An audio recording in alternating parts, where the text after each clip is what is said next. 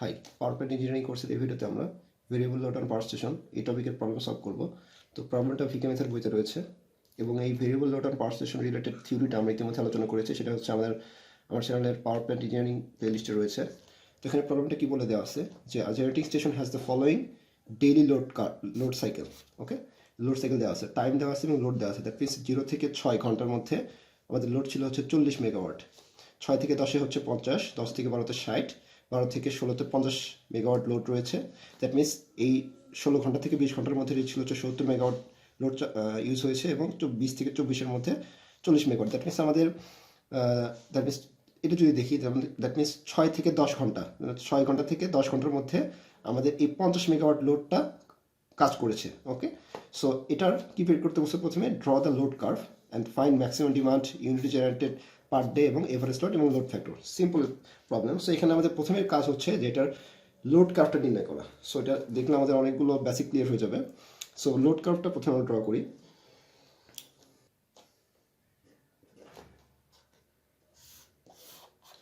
So এদিকে হচ্ছে আমাদের টাইম, দ্যাট মিনস আওয়ারে হিসেব করা হয় সব কিছু, ইউনিটগুলো কিসে হিসেব করা হয়, আওয়ারে। তো এটা হচ্ছে আমাদের আওয়ারে।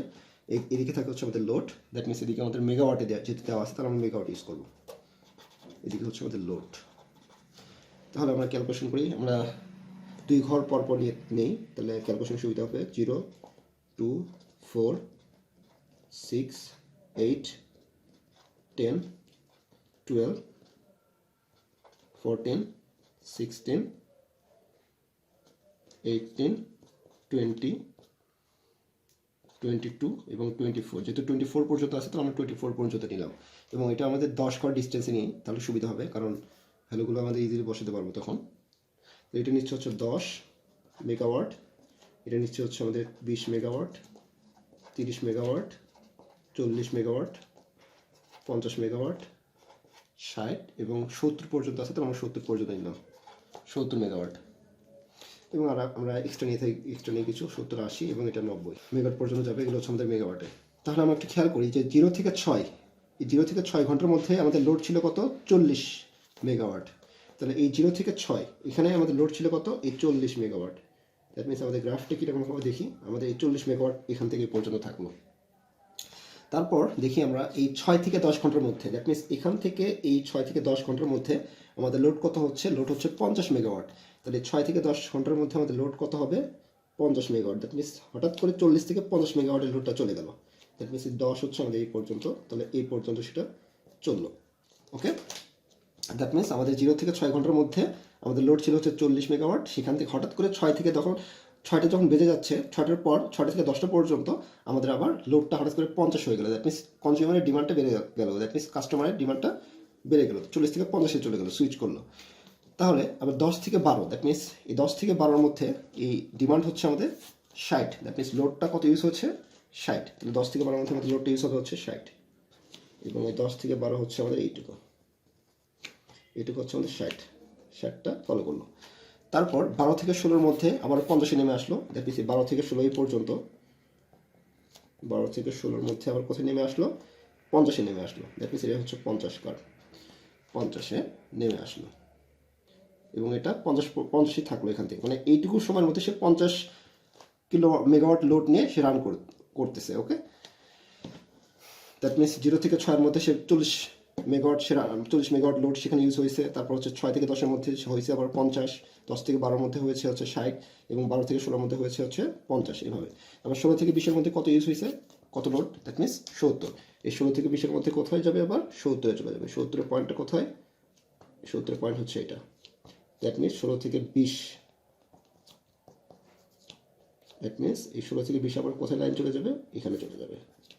ওকে, 70। আবার 20 থেকে 24 আবার চলে আসবে কোথায়, 40-এ। দ্যাট মিনস আমাদের 40-এ লাইন কোনটা, এটা। দেখুন হঠাৎ করে এখান থেকে নেমে আবার এখানে লোডটা চলে আসবে, এখান থেকে চলে আসবে 24 পর্যন্ত। ঠিক আছে, তাহলে আমাদের এই লোড কার্ভটা দেখতে পাচ্ছি, লোড কার্ভটা আসতেছে এরকম, এভাবে সেটা ভ্যারি করতেছে। দ্যাট মিনস আমরা জানি কি variable load on power station কী হয়, টাইমের সাপেক্ষে আমাদের এই লোডটা ভ্যারি করে। ওকে, আমরা জানি লোড কোনো সময় কনস্ট্যান্ট থাকে না, আমাদের প্র্যাকটিক্যালি যে পাশাপাশি লোডগুলো ইউজ করা হয় সেগুলো সবসময় ভ্যারি করতে থাকে, বা ইন্ডাস্ট্রির ক্ষেত্রেও সেম। তাহলে আমাদের লোড কার্ভ এটা কমপ্লিট। এখন বের করতে বলছে ম্যাক্সিমাম ডিমান্ড। ম্যাক্সিমাম ডিমান্ডটা কীভাবে পাবো, আমি লোড কার্ভের, আমরা যদি লোড কার্ভের দিকে খেয়াল করতে হবে, আমাদের লোড কার্ভের সবচাইতে বেশি লোড কোথায় ছিল, কোন সময়ের মধ্যে ছিল, 16 থেকে 20-এর মধ্যে। এই 16 থেকে 20-এর মধ্যে আমাদের দেখা যাচ্ছে 16 থেকে 20-এর মধ্যে আমাদের লোডটা ছিল কত, 70 মেগাওয়াট। সবচাইতে বেশি কিন্তু এই সময়ের মধ্যেই সেখানে এই 70 মেগাওয়াট কিন্তু হাইস্ট লোড সেখানে ইউজ হয়েছে। দ্যাট মিনস এটাই হচ্ছে আমাদের ম্যাক্সিমাম ডিমান্ড। তাহলে আমাদের 1 নম্বর যে অ্যান্সারটা হবে ম্যাক্সিমাম ডিমান্ড, সেটা হচ্ছে আমাদের এই 70 মেগাওয়াট। ওকে, এখন হচ্ছে ইউনিট জেনারেটেড পার ডে, প্রতিদিনে কি পরিমাণ ইউনিট সেখানে জেনারেট হচ্ছে সেটা বের করতে হবে। এখন আমরা যদি থিওরিটা দেখে থাকি, ফার্স্টে যে আমরা এর রিলেটেড থিওরিটা আলোচনা করেছি, সেখানে আমরা যদি দেখে থাকি যে ইউনিট জেনারেটেড পার ডে কী ছিল, area under daily load curve. That means এই লোড কার্ভের যে এরিয়াটা পাবো সেটাই হচ্ছে আমাদের এই কতটুকু বিদ্যুৎ জেনারেট হচ্ছে সেই সময়ের মধ্যে, সেটা আমরা পেয়ে যাব। তাহলে আমরা একটু লজিক্যালি যদি চিন্তা করি, তাহলে আমাদের ইউনিটটা কিসে বের করে থাকি আমরা, যদি আমরা এইভাবে চিন্তা করে থাকি, ইউনিটটা বের করে থাকি হচ্ছে আমাদের কিলোওয়াট আওয়ারে। তাহলে এই যে লোড এদিকে আমরা নিচ্ছি এক্স অক্ষ বরাবর লোড, ওয়াই অক্ষ বরাবর নিচ্ছি আমার লোড হচ্ছে কি আমাদের মেগাওয়াট বা কিলোওয়াট। যদি আমরা মেগাওয়াট থেকে আমরা কিলোওয়াটে কনভার্ট করতে পারবো, তাহলে হচ্ছে কিলোওয়াটে কনভার্ট করে নিলাম, সাথে 10⁻³ গুণ করতে হবে, সেটা পরের বিষয়। এখন এদিকে হচ্ছে আমাদের ঘন্টা, তাহলে এইটার সাথে যদি আমরা এই ঘন্টাটা গুণ করি তাহলেই তো আমরা কিলোওয়াট আওয়ার পাচ্ছি। দ্যাট মিনস আমাদের এই লোডের সাথে এই টাইমটা গুণ করতে হবে। অথবা আমরা এভাবে চিন্তা করি, দ্যাট মিনস আমরা ভাগ করে করবো, এইটুকু অংশের জন্য আমাদের কত ইউনিট বিদ্যুৎ জেনারেট হচ্ছে, দ্যাট মিনস 0 থেকে 6-এর মধ্যে কত ইউনিট বিদ্যুৎ জেনারেট হচ্ছে। দ্যাট মিনস আমাদের এইটুকুর এরিয়াটা বের করতে হবে। এইটুকুর এরিয়াটা কি আসতেছে আমরা একটু খেয়াল করি, যে দৈর্ঘ্য ইন্টু প্রস্থ, এটা যদি প্রস্থের যদি দৈর্ঘ্য হয় চিন্তা করি, তাহলে এই মেগাওয়াটটা গুণ করবো। দ্যাট মিনস 0 থেকে এটার ভ্যালু ছিল কত, 40, তাহলে 40 মেগাওয়াট ইন্টু 0 থেকে 6, দ্যাট মিনস টাইম কত, 6, তাহলে 40 ইন্টু 6, এটা কিসে পেলাম আমরা, মেগাওয়াট আওয়ারে। যদি কিলোওয়াট আওয়ার বের করতে চাই তাহলে 10⁻³ দ্বারা গুণ করবো, তাহলে এটা পেলাম হচ্ছে এইটুকুর জন্য। সিমিলারলি আমাদের এইটুকুর জন্য বের করতে হবে, এইটুকুর জন্য বের করতে হবে, এইটুকুর জন্য বের করতে হবে, এইটুকু সবগুলো করে আমরা যোগ করে দেবো। তাহলে আমরা টোটাল এই লোড কার্ভের যত ইউনিট বিদ্যুৎ জেনারেট হয়েছিল সেটা আমরা পেয়ে যাবো। ঠিক আছে, তাহলে আমরা কনসেপ্টটা আশা করি বুঝতে পেরেছি। তাহলে এখন আমরা প্রবলেমটা সলভ করি। তাহলে প্রথমে আমরা এইটুকুর জন্য কি পেলাম, আমরা কত ইউনিট বিদ্যুৎ জেনারেট হচ্ছে সেটা বের করি। 2 নম্বরে আমাদের আসলো যে ইউনিট জেনারেটেড পার ডে,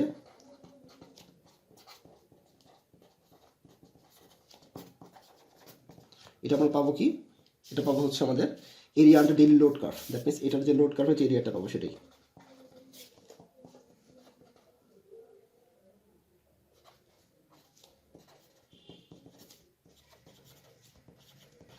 সেটা আমরা কিলোওয়াট আওয়ার হিসাব করবো। তাহলে এটার এরিয়া যদি বের করতে চাই, তাহলে যেহেতু এগুলো মেগাওয়াট আওয়ারে আসতেছে, দ্যাট মিনস সবার সামনে আমাদের 10⁻³ কিন্তু একটা কমন, মানে গুণ করতে হচ্ছে, তাহলে আমরা কিলোওয়াট আওয়ারে পেয়ে যাবো। কারণ মেগাওয়াট থেকে কিলোওয়াটে গুণ আসার জন্য 10⁻³ দ্বারা গুণ করতে হয়, তাহলে 10⁻³ দ্বারা আমরা একটু গুণ করে নিলাম। এখন আমরা ভাগ করে সবগুলোর এরিয়া বের করবো। এটার জন্য কি পেলাম আমরা, 440 ইন্টু 6, তারপরে এটার ক্ষেত্রফল পেয়ে গেলাম। তাহলে 10⁻³ 40 ইন্টু 6। ওকে, তাহলে এর সাথে যোগ করতে হবে পরেরটার, এবং এটার ক্ষেত্রফল বের করবো আমরা। এটার ক্ষেত্রফল যদি বের করি, তাহলে দৈর্ঘ্য ইন্টু প্রস্থ ক্ষেত্রফল আসবে। এইটুকু সময়ের মধ্যে লোড কত ছিল, 50, তাহলে এইটুকু সময় কত, 10 - 6, পুরোটা হচ্ছে 10, এইটুকু হচ্ছে 10, এবং এইটুকু যদি আমাদের 6 হয়, তাহলে এই পুরোটা থেকে যদি আমরা এইটুকু বাদ দিই তাহলে আমরা এইটুকু পেয়ে যাব। তাহলে 10 - 6, তাহলে এইটুকু হচ্ছে আমাদের 4, তাহলে আমাদের প্রস্থ হচ্ছে 4, এবং এই উচ্চতা বা দৈর্ঘ্য হিসেবে আমরা যদি ক্যালকুলেশন করি তাহলে হচ্ছে ক্ষেত্রফল। তাহলে ক্ষেত্রফলে যদি আমরা বের করতে চাই, এটা আসতেছে হচ্ছে আমাদের 50। ঠিক আছে, এখান থেকে এটুকু হচ্ছে আমাদের 50, এবং তার সাথে যোগ করতে হবে আমাদের এইটুকুর ক্ষেত্রফল।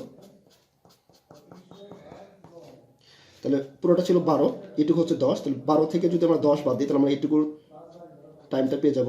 তাহলে পাবো হচ্ছে 2, এটুকু পাবো হচ্ছে আমাদের 2 ইন্টু, এবং আমাদের এই দৈর্ঘ্য হচ্ছে কত, 60, এখান থেকে পর্যন্ত হচ্ছে 60, তাহলে এইটুকুর ক্ষেত্রফল আমরা পেয়ে গেলাম। আর মেগাওয়াট কিলোওয়াট আওয়ার হিসেব করার জন্য আমরা 10⁻³ গুণ করলামই, প্লাস। তো এখন আমাদের এইটুকু অংশের ক্ষেত্রফল বের করতে হবে। তো এইটুকু অংশের ক্ষেত্রফলের জন্য আমরা দেখি যে পুরোটা ছিল হচ্ছে 16, এবং আমাদের এইটুকু টাইম লাগবে।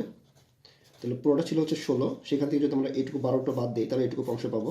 তাহলে 16 - 12, তার মানে পাবো হচ্ছে 4, তাহলে এখানে আসবে হচ্ছে 4 ইন্টু, এবং উচ্চতা কত বা দৈর্ঘ্য হিসেবে যদি প্রস্থ দৈর্ঘ্য হিসেবে ক্যালকুলেশন করি, কারণ আয়তক্ষেত্রের ক্ষেত্রফল আমরা জানি দৈর্ঘ্য ইন্টু প্রস্থ, তাহলে সেক্ষেত্রে এটা পাবো হচ্ছে আমাদের 50, 4 × 50।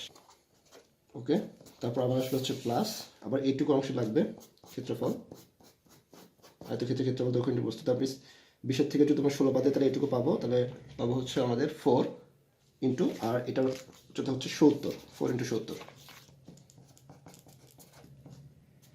প্লাস এটুকু হচ্ছে আমাদের 24, এটুকু হচ্ছে 20, তাহলে বিয়োগ করলে পাবো হচ্ছে 4 ইন্টু হাইট হচ্ছে আমাদের 40 ইন্টু 4, এবং এর সাথে 10⁻³ গুণ করার মাধ্যমে আমরা পাবো হচ্ছে কিলোওয়াট আওয়ারে। তাহলে এটা ক্যালকুলেশন করলে পাবো হচ্ছে 12 ইন্টু 10⁵ এত কিলোওয়াট আওয়ার। ওকে, সো ভেরি সিম্পল। এখন আমাদের বের করতে বলছে যে এভারেজ লোড। এভারেজ লোডের সূত্র আমরা জানি যে প্রতিদিনে কি পরিমাণ বিদ্যুৎ উৎপন্ন করতেছে সেটা হচ্ছে আমাদের এভারেজ লোড। তাহলে 3 নম্বর আসতেছে হচ্ছে আমাদের এভারেজ লোড। এভারেজ লোড হচ্ছে আমাদের ইউনিট জেনারেটেড পার ডে, এটা আমরা ইতিমধ্যে দেখেছি, per day divided by 24 hours. That means একদিনে কি পরিমাণ বিদ্যুৎ জেনারেট হচ্ছে সেটা হচ্ছে আমাদের এভারেজ লোড। এটা আমরা ইতিমধ্যে থিওরিতে দেখেছি যে আমাদের এভারেজ লোডটা ছিল হচ্ছে একদিনে কি পরিমাণ বিদ্যুৎ জেনারেট হচ্ছে সেটা হচ্ছে এভারেজ লোড, এবং ইউনিট জেনারেটরটা আমরা বের করছিলাম হচ্ছে এরিয়া আন্ডার ডেইলি লোড করার মাধ্যমে। তাহলে ইউনিট জেনারেটর হচ্ছে আমাদের 12 ইন্টু 10⁵, এটাকে যদি আমরা 24 দ্বারা ভাগ করি তাহলে আমরা পাবো হচ্ছে 50,000 কিলোওয়াট। ওকে, তো আমাদের 3 নম্বর বের করতে বলছে যে লোড ফ্যাক্টর। লোড ফ্যাক্টরের সূত্র আমরা দেখেছি ইতিমধ্যেই, যে লোড ফ্যাক্টর ছিল হচ্ছে আমাদের average load by maximum demand. এই যে এভারেজ লোড যেটা থাকবে সেটাকে যদি আমরা ম্যাক্সিমাম ডিমান্ড দ্বারা ভাগ করি তাহলে পাবো হচ্ছে আমাদের লোড ফ্যাক্টর, এবং এটা শর্টকাট নিয়ম হচ্ছে লাম দ্বারা আমরা মনে রাখতে পারি। সো লোড ফ্যাক্টর হচ্ছে আমাদের average load divided by maximum demand. তো আমাদের এভারেজ লোড আমরা পেলাম হচ্ছে 50,000, আর ম্যাক্সিমাম ডিমান্ড হচ্ছে আমাদের কোশ্চেন দেওয়া আছে ম্যাক্সিমাম ডিমান্ডের ভ্যালু, বা ম্যাক্সিমাম ডিমান্ড আমরা প্রথমে বের করেছি যে এই যে 70 মেগাওয়াট। তাহলে 70 মেগাওয়াট থেকে কিলোওয়াটে হচ্ছে 70 ইন্টু 10⁻³। এটার ক্যালকুলেশন করলে আমরা পাবো হচ্ছে 0.714। ওকে, সেটা হচ্ছে আমাদের অ্যান্সার। সেইভাবে আমরা প্রবলেমটা সলভ করবো। সো নেক্সট আমরা এই রিলেটেড অন্য ম্যাথমেটিক্স করবো। Thank you.